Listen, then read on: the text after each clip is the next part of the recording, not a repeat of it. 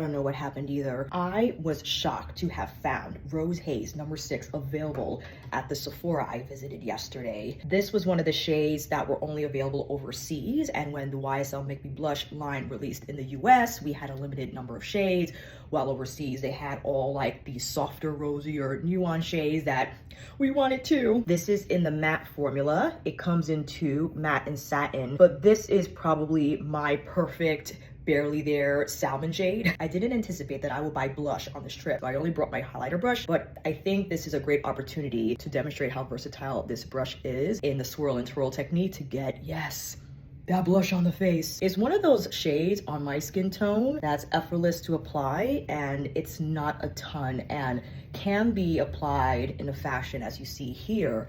Center of the face where it's not too color heavy. And the matte formula from the YSL Make Me Blush line is just incredibly buttery soft.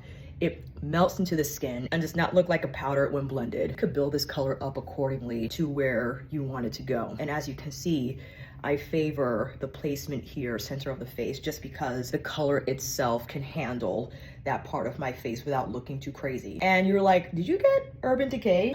When I swatched Situationship, I think a few weeks ago, I could not believe the depth of color of this blush. I mean, it's insane. Now, I have to be a little careful with this one. It appears to be a matte formula. My apologies for not reading more thoroughly, but see how if you just pick up the right amount, it blends out well and the color appears a little more diffused. And I couldn't stay away from this red, just sunburnt hue, which you know I'm obsessed with. And I'm planning actually in filming a longer form video highlighting my favorite sunburnt bronzer shades. Spoiler, this will be on the list. And the way it pairs with Rose Haze from YSL is just absolutely perfect because I can build up the color heavier here through the hollows of my cheeks to bring in a little more structure. And then Rose Haze creates that softer gradient towards the center of my face. This is a great product, and I haven't purchased Urban Decay in years, but when I saw this color, it had to be mine. We got to finish up with Byredo's highlighter stick. To this day, one of my